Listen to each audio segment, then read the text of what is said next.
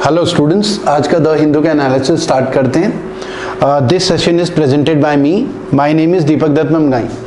आज का एजेंडा जो रहेगा एग्जाम का, हमारे पास एक तो सेंट्रल विस्टा है जिसके बारे में हम पहले भी बात कर चुके हैं। उसके अलावा चाइनाज इंडिया पॉलिसी डिलेमा, इसके ऊपर एडिटोरियल आया है।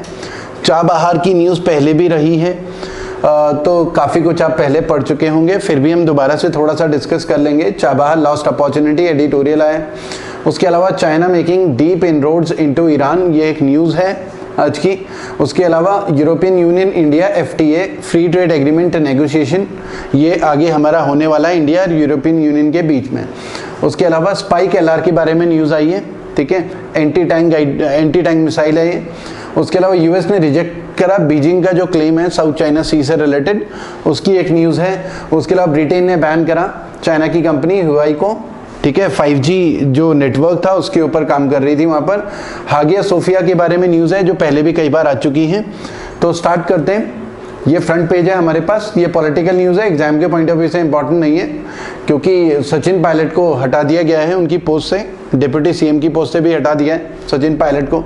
तो ये एक न्यूज़ में रहा था, थोड़ा आप पढ़ सकते हैं, लेकिन एग्जाम के पॉइंट ऑफ व्यू से कुछ भी इंपॉर्टेंट नहीं है। ये भी एग्जाम के पॉइंट ऑफ व्यू से इंपॉर्टेंट नहीं है। इसमें सेंट्रल गवर्नमेंट ने क्या करा है, एक गाइडलाइंस जारी करी है कि जो स्कूल ऑनलाइन पढ़ा रहे हैं तो स्टूडेंट्स का स्क्रीन टाइम कम करना है, क्योंकि अब स्टूडेंट्स ज़्यादातर मोबाइल को ही अगर 4, 5, 6, 8 घंटे तक मोबाइल की स्क्रीन देखेंगे तो सिर दर्द की भी प्रॉब्लम हो सकती है, आईज को भी नुकसान हो सकता है, तो उसके साइड इफ़ेक्ट्स काफ़ी हो सकते हैं क्योंकि स्टूडेंट्स का स्क्रीन टाइम काफ़ी बढ़ चुका है। तो स्क्रीन टाइम को रिड्यूस करने के लिए सेंटर ने गाइडलाइंस जारी करी है कि 8th तक के जो स्टूडेंट्स हैं, 1st से 8th, उन्हें मैक्सिमम स्टूडेंट्स को 1.5 घंटे तक ही पढ़ाना है ऑनलाइन, ताकि स्टूडेंट्स का स्क्रीन टाइम रिड्यूस हो सके, ठीक है। वो भी 2 सेशन करने हैं, 1.5 घंटे में भी 45 मिनट तक के 2 सेशंस होने चाहिए। उसके अलावा 9 से 12 तक के स्टूडेंट्स के लिए सेंटर ने बोला है कि मैक्सिमम 3 घंटे तक पढ़ा सकते हो, ठीक है, उसमें 4 सेशन कर सकते हैं 45 मिनट के। तो स्क्रीन टाइम को रिड्यूस करने की बात करी है। उसके अलावा नर्सरी, KG, UKG के लिए तो आधा घंटा ही ऐसा इसमें बोला है। तो एग्जाम के पॉइंट ऑफ व्यू से कुछ भी इंपॉर्टेंट नहीं है इसमें, ठीक है। फ्रंट पेज में ही नीचे हमारे पास आया है move to map Covid after effects. तो ये भी एक न्यूज़ है, एग्जाम के पॉइंट ऑफ व्यू से इंपॉर्टेंट नहीं है, बस आपको थोड़ा सा पता होना चाहिए इसके बारे में। आपको रीड जरूर करना है ये कि क्या चल रहा है प्रेजेंट में, कोविड-19 से रिलेटेड सिचुएशन क्या है। ICMR के बारे में आपको पता होना चाहिए क्या है, ठीक है, पहले भी हम कई बार बात कर चुके हैं ICMR के बारे में। उसके अलावा ये तो रोज ही न्यूज़ में आ रहा है कि इंडिया चाइना के बीच में लगातार टॉक्स चल रही है। जो 15 जून को गैल्वन वैली क्लैश हुआ था, उसके बाद से लगातार पीस के लिए कि दोनों जो कंट्रीज़ की आर्मी है वो LAC से, लाइन ऑफ एक्चुअल कंट्रोल से थोड़ा थोड़ा पीछे हो जाए और वहाँ पर शांति रहे, ठीक है, दोनों ज़्यादा एग्रेसिव ना रहें, उसको लेकर बातचीत लगातार चल रही है, डिसएंगेजमेंट को लेकर। उसके अलावा आसाम में बाढ़ है, ये न्यूज़ है लगातार। आसाम में बाढ़ की वजह से काजीरंगा नेशनल पार्क जो कि आसाम में है, तो बस ये आपको नोट डाउन करना है काजीरंगा नेशनल पार्क कहाँ है आसाम में, ज़्यादातर स्टूडेंट्स को तो पता ही होगा। तो वहाँ पर फ्लड्स की वजह से बहुत सारे जो एनिमल्स हैं वो फंस चुके हैं, तो उन्हें बाहर निकालना है सेफली। तो टाइगर्स भी जो है वो पानी के अंदर जैसे यहाँ पर डूबे हुए हैं, तो सेफली बाहर आने की कोशिश कर रहा है टाइगर। तो ये एक न्यूज़ है, आसाम में फ्लड्स है, ठीक है। उसके अलावा ये न्यूज़ है parliament project 7 firms bid to pre qualify. ये पहले भी न्यूज़ में आ चुका है और हम पहले भी डिस्कस कर चुके हैं। सेंट्रल विस्टा प्रोजेक्ट जिन्होंने नहीं देखा है पहले वाले सेशंस, वो पहले वाले सेशंस देखें हमारे, ठीक है। उसके अलावा थोड़ा सा मैं अभी बता देता हूँ, सेंट्रल विस्टा प्रोजेक्ट आगे भी अभी हम डिस्कस कर लेंगे जल्दी। Central Vista project new parliament building को लेकर प्रोजेक्ट है। तो न्यू पार्लियामेंट बिल्डिंग बनानी है 2022 तक, फिर 2024 तक एक्सटेंड करना है, उसमें PMO वगैरह सब बनेगा। तो उसके लिए बिड्स फाइल करी हैं, 7 फर्म्स हैं कि हम बनाएंगे। तो टेंडर इशू हुआ है एक तरीके से, तो बिड लगाई है, ठीक है, 7 फर्म्स ने। तो ये हम आगे डिस्कस करेंगे। तो उसके अलावा स्टूडेंट जिन लोगों ने हमारा चैनल सब्सक्राइब नहीं करा है वो हमारा चैनल सब्सक्राइब जरूर करें, ठीक है। उसके अलावा अगर वीडियो पसंद आता है तो लाइक करें, शेयर करें। हमारा टेलीग्राम ग्रुप भी आप ज्वाइन कर सकते हैं स्टडी मटेरियल के लिए, जिसमें आपको PDF फाइल्स वगैरह मिलेगी। जैसे ये वाला सेशन है इसकी पूरी PDF फाइल आपको वहाँ पर मिल जाएगी, ठीक है। उसमें क्विज वगैरह भी होती हैं, स्टडी मटेरियल अपलोड करते रहते हैं, वो आप डाउनलोड कर सकते हैं वहाँ से। हमारा इक्वेशंस IAS ऐप भी गूगल प्ले स्टोर से डाउनलोड कर सकते हैं। उसमें आपको UPSC का भी कंप्लीट कोर्स मिलेगा, हर टॉपिक के वीडियो लेक्चर्स मिलेंगे, करंट अफेयर्स भी मिलेगा, बैंक SSC का भी कंप्लीट आपको सिलेबस, वीडियो लेक्चर्स वगैरह, स्टडी मटेरियल, सब कुछ, मॉक टेस्ट वगैरह सब कुछ उसमें मिलेगा, ठीक है। तो आगे आते हैं। अभी हमने डिस्कस करा था सेंट्रल विस्टा प्रोजेक्ट को लेकर बात करी थी। तो सेंट्रल विस्टा प्रोजेक्ट हम पहले भी डिस्कस कर चुके हैं, 6 जुलाई के न्यूज़ में भी आया था। सेंट्रल विस्टा प्रोजेक्ट में DUAC मेंबर ने क्विट करा था। तो DUAC Delhi urban art commission का जो मेंबर था उन्होंने क्विट करा था। तो ये एग्जाम के पॉइंट ऑफ व्यू से इंपॉर्टेंट नहीं है कि किसने क्विट करा, क्यों क्विट करा। तो ये UPSC के एग्जाम में नहीं आने वाला या किसी और भी एग्जाम में नहीं आने वाला। इंपॉर्टेंट बस ये है कि सेंट्रल विस्टा प्रोजेक्ट क्या है आपको पता होना चाहिए। न्यू पार्लियामेंट बिल्डिंग का कंस्ट्रक्शन करना है 2022 तक, ठीक है। और उसके अलावा कॉमन सेक्रेटरीट बनाना है 2024 तक। तो ये हम पहले भी डिस्कस कर चुके हैं। 2024 तक कॉमन सेक्रेटरीट, सेंट्रल सेक्रेटरीट, ठीक है। तो न्यू पार्लियामेंट बिल्डिंग का कंस्ट्रक्शन होना है। उसके पीछे रीजन ये है क्योंकि ये बिल्डिंग काफी पुरानी है, 1921 से 27 के बीच में बनी थी। तो ये भी एग्जाम के पॉइंट ऑफ व्यू से इंपॉर्टेंट है, एग्जाम में आ सकता है कि कब ये कंस्ट्रक्ट हुई थी बिल्डिंग। 1921 से स्टार्ट हुई थी, 1927 में कंप्लीट हुई। उसके अलावा इनके जो आर्किटेक्ट्स हैं वो एग्जाम में आ सकता है क्योंकि लगातार न्यूज़ में है सेंट्रल विस्टा प्रोजेक्ट। तो एग्जाम के पॉइंट ऑफ व्यू से ये इंपॉर्टेंट है। प्रोजेक्ट की जो कॉस्ट है वो कितना है, 922 करोड़ एलोकेट हुए हैं फिलहाल। तो ये इंपॉर्टेंट है, ठीक है। उसके अलावा आपको ये टाइम पता होना चाहिए कि कब तक बनाना है, 2022 तक, 2024 तक। अब ये न्यूज़ में इसलिए भी रहा था कि कोविड-19 में वैसे ही फाइनेंशियल कंडीशन गवर्नमेंट की भी खराब है, इकोनॉमी भी गड़बड़ चल रही है, लेकिन सरकार तब भी सेंट्रल विस्टा प्रोजेक्ट में आगे चल रही है, आगे बढ़ रही है। अब प्रॉब्लम ये है क्योंकि पार्लियामेंट की बिल्डिंग काफ़ी पुरानी है और अगर डीलिमिटेशन होता है, डीलिमिटेशन का मतलब इस समय जितने मेंबर ऑफ पार्लियामेंट है, जैसे लोकसभा में 545 है, ठीक है, और डीलिमिटेशन होता है तो मेंबर्स बढ़ेंगे। 545 से हो सकता है 600 हो जाए, 645 हो जाए। डीलिमिटेशन में कॉन्स्टिट्यूएंसीज क्रिएट हो सकती हैं। फिर जब ज्यादा मेंबर ऑफ पार्लियामेंट को बैठाने के लिए फिर जगह भी होनी चाहिए पार्लियामेंट में, तो वहां पर स्पेस की अवेलेबिलिटी की कमी है। और बिल्डिंग भी ये वाली जो एग्जिस्टिंग बिल्डिंग है काफी पुरानी है, इसलिए न्यू बिल्डिंग के कंस्ट्रक्शन की जरूरत है। तो ये एक न्यूज में रहा था, ये आपको पता होना चाहिए। उसके अलावा आते हैं नेक्स्ट, ये एक एडिटोरियल है, stand of and China's India policy dilemma. तो ये स्टैंड ऑफ मतलब अभी जो लगातार टॉक्स चल रही है, गैल्विन वैली क्लैश के बाद से ही इंडिया चाइना के बीच में कमांडर लेवल की टॉक्स चल रही हैं, तो LAC के पास। तो वहां पर चाइना की जो इंडिया पॉलिसी है वो डिलेमा में है, मतलब क्या स्टैंड लिया जाए इंडिया के अगेंस्ट, टफ स्टैंड लिया जाए, लीनिएंट स्टैंड लिया जाए, उसको लेकर ऑथर ने आर्ग्यूमेंट्स दिए हैं बहुत सारे। वो क्या आर्ग्यूमेंट्स है वो देख लेते हैं।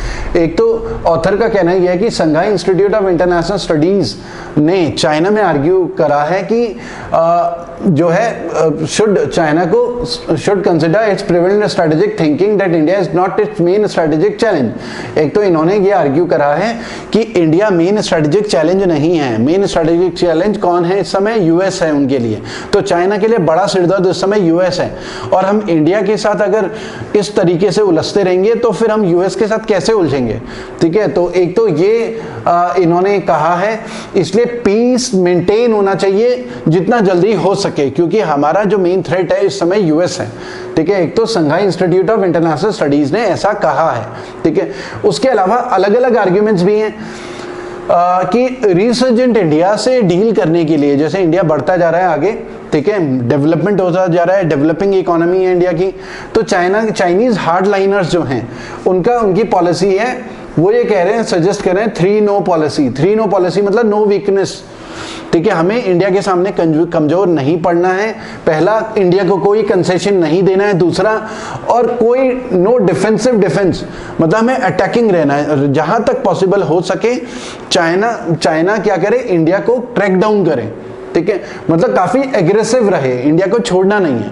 तो ये 3 नोस की एक पॉलिसी है जो कि चाइनीज हाइडलाइनर बोल रहे हैं। हालांकि क्रिटिसिज्म भी है इस पॉलिसी के, क्योंकि कुछ पॉलिटिकल थिंकर का कहना यह है कि अगर हम इंडिया को सबक सिखाने की सोचेंगे, इस तरीके से पॉलिसी लेके चलेंगे, तो आगे फ्यूचर के लिए बहुत सारी प्रॉब्लम्स क्रिएट हो सकती हैं। ओवरऑल जो आर्ग्यूमेंट्स दिया है ऑथर का कहना यह है कि ये जितना भी वहाँ की मीडिया में, चाइना की मीडिया में इंडिया को कितनी भी गालियां दे रहे हो या जिंगोइज्म कुछ भी कर रहे हो, इंडिया भी कुछ भी कह रहा हो, ये चाहे जो भी कुछ हो रहा हो, आखिरी में ये समझ में आता है कि चाइना अभी दुविधा में है, डिलेमा में है कि करना क्या है, इंडिया के अगेंस्ट उसकी पॉलिसी क्या होनी चाहिए।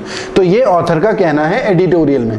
तो एग्जाम के पॉइंट ऑफ व्यू से इसमें ऐसा ज्यादा कुछ फैक्ट्स आपको नहीं मिलेंगे, लेकिन रीडिंग स्किल्स के लिए और एक अंडरस्टैंडिंग के लिए, इंडिया चाइना के बीच में रिलेशंस किस तरीके से होने चाहिए, उस अंडरस्टैंडिंग के लिए ये एडिटोरियल काफी अच्छा है। उसके अलावा ये एक न्यूज में रहा हमारा, India dropped for not involving actively in rail project says Iran. मतलब ईरान, ये हम कल भी डिस्कस कर चुके हैं, ईरान का जो चाबहार पोर्ट है, वहां से चाबहार से रेलवे लाइन अफगानिस्तान तक, आगे तुर्कमेनिस्तान, उधर तक रेलवे लाइन बिछाने को लेकर एक प्रोजेक्ट के ऊपर इंडिया ने साइन भी करा था, ठीक है, 2016 में।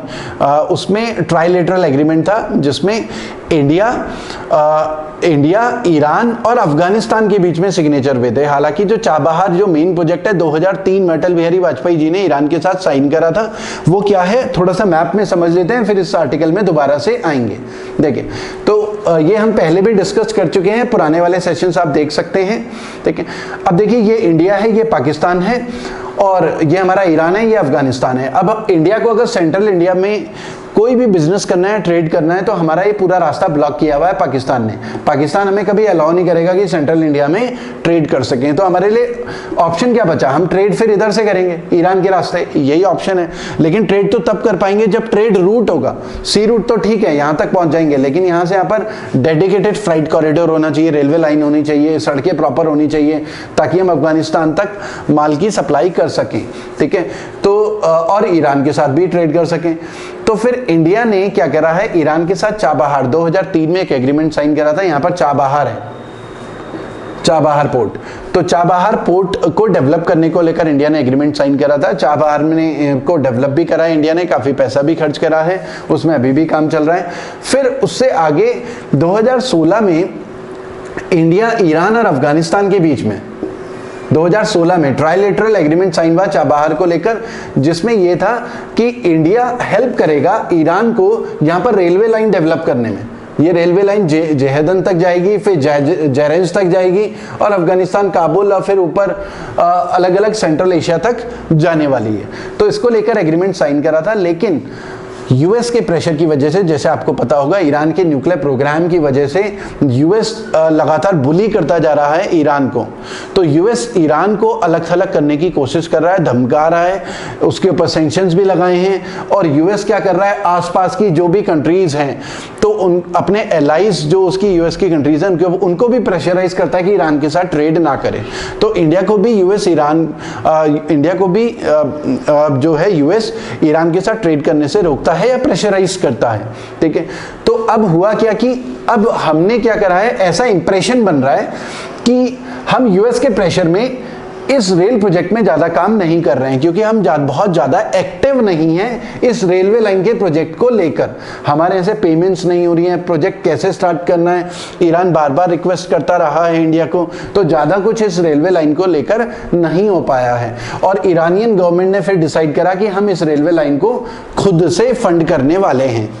तो ये एक न्यूज में था, ठीक है, जो कुछ दिन पहले भी न्यूज में आया था, हमने तब भी डिस्कस करा।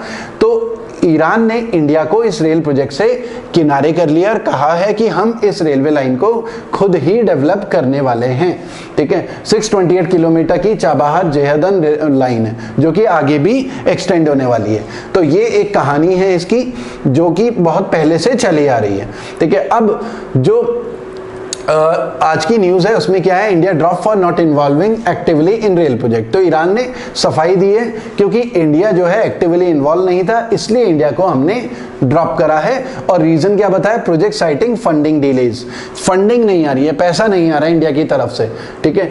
तो अब इसमें क्या है, it was expected that in addition to the investment Chabahar India could also play a major crucial role in funding in constructing strategic transport Chabahar.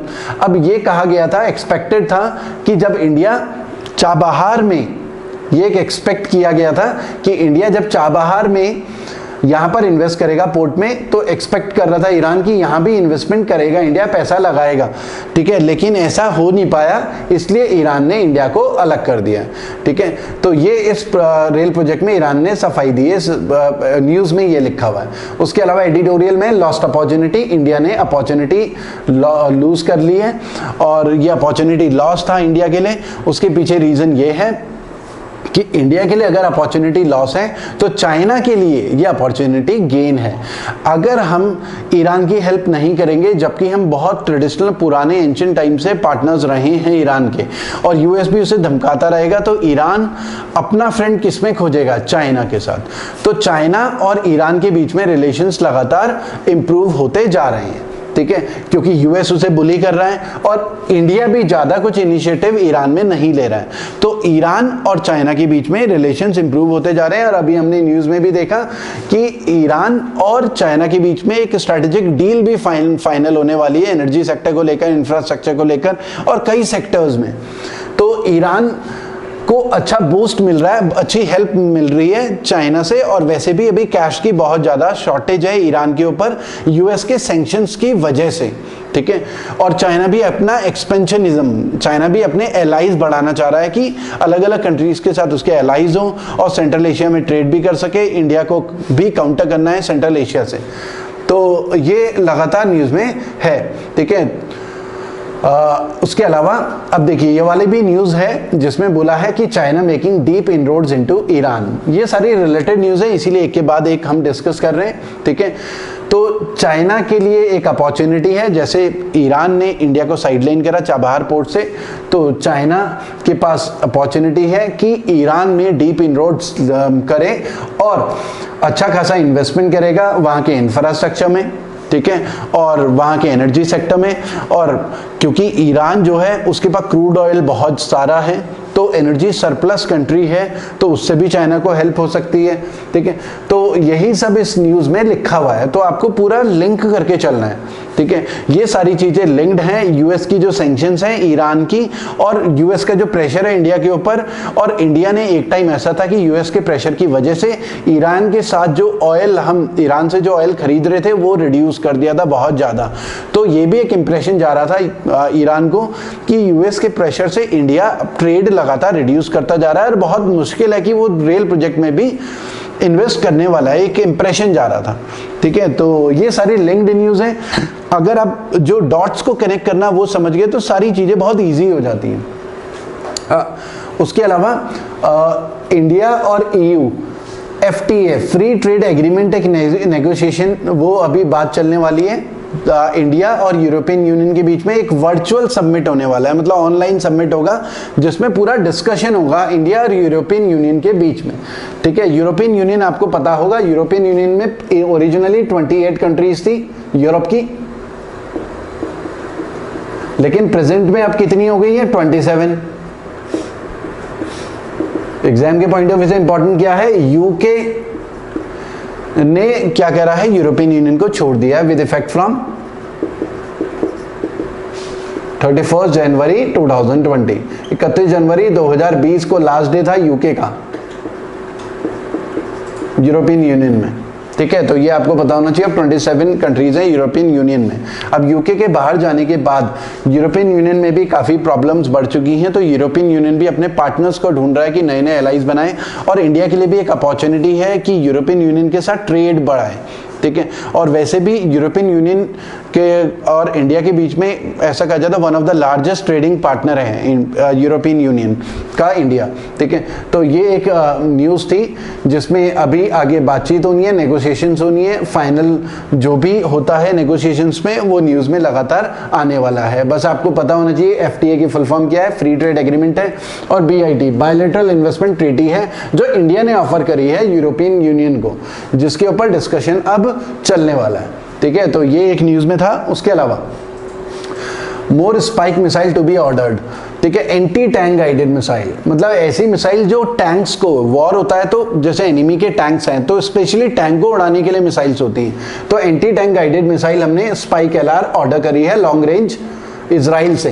तो एग्जाम में क्या आ सकता है, स्पाइक LR क्या है? Spike LR anti tank guided missile है, और हमारी खुद की एंटी टैंक गाइडेड मिसाइल है नाग, जो इंडिया की है, Indian anti tank guided missile जो DRDO ने बनाया हुआ है। तो एंटी टैंक गाइडेड ये मिसाइल्स स्पेशली टैंक्स को उड़ाने के लिए होती हैं, anti tank guided missile. Guided का मतलब है अगर टैंक अपनी लोकेशन को चेंज करता है, मूव करता है, तो मिसाइल भी उसका पीछा करेगी, टैंक को उड़ा के ही रहेगी। गाइडेड मिसाइल्स का मतलब यह है कि वो टैंक को का पीछा करने वाली है, सेंस करने वाली है, बेसिकली सेंसर्स होते हैं, ठीक है। उसके अलावा ये डिसीजन हुआ है जब सॉक्सवर असॉल्ट राइफल जो है US से हम खरीद रहे हैं, तो ये भी एक न्यूज़ है, तो ये भी आपको नोट डाउन करना है, एग्जाम के पॉइंट ऑफ व्यू से इंपॉर्टेंट है। उसके अलावा US ने रिजेक्ट करा Beijing's claim in South China Sea. South China Sea के ऊपर पूरा हमारा एक सेशन है, आप हमारे YouTube चैनल में सर्च भी कर सकते हैं साउथ चाइना सी के ऊपर। साउथ चाइना सी क्या है उसे समझ लेते हैं। देखिए साउथ चाइना सी ये फिलीपींस है, ब्रूनेई है, इंडोनेशिया, मलेशिया, और ये थाईलैंड, कंबोडिया और वियतनाम। अब देखिए इंटरनेशनल लॉ क्या कहता है सी का, कि किसी भी कंट्री की टेरिटरी से 200 नॉटिकल माइल तक उस पर्टिकुलर कंट्री के लिए एक्सक्लूसिव इकोनॉमिक जोन होगा। तो ये बेसिकली हम देखें तो यहाँ पर फिलीपींस का स्पेशल इकोनॉमिक जोन है, ऐसे ब्रूनेई का, ऐसे मलेशिया का, तो अलग अलग कंट्री का स्पेशल इकोनॉमिक जोन है, तो सब अपना अपना क्लेम कर रहे हैं। तो अब इंटरनेशनल लॉ के हिसाब से ओवरलैपिंग एरिया यहाँ पर बहुत सारा हो गया, जापान चाइना का भी और ताइवान चाइना का भी, तो अलग अलग ओवरलैपिंग एरिया बहुत सारा हो गया। लेकिन सबसे बड़ी प्रॉब्लम ये है कि चाइना इंटरनेशनल लॉ को एक्सेप्ट नहीं कर रहा है, और ये कह रहा है कि ये जो रेड लाइन है, 9 डैश लाइन इसे बोलते हैं, 9 डैश लाइन, चाइना का कहना यह है कि ये जो सारी टेरिटरी है इस लाइन के अंदर ये सब हमारी है, ठीक है, पूरा मैरीटाइम। ऐसा इसलिए चाइना कर सकता है क्योंकि एक तो उसके ट्रेड काफ़ी होता है उस रूट से, उसके अलावा क्रूड ऑयल के रिजर्व्स बहुत ज़्यादा कहे जाते हैं यहाँ पर सी बेड में।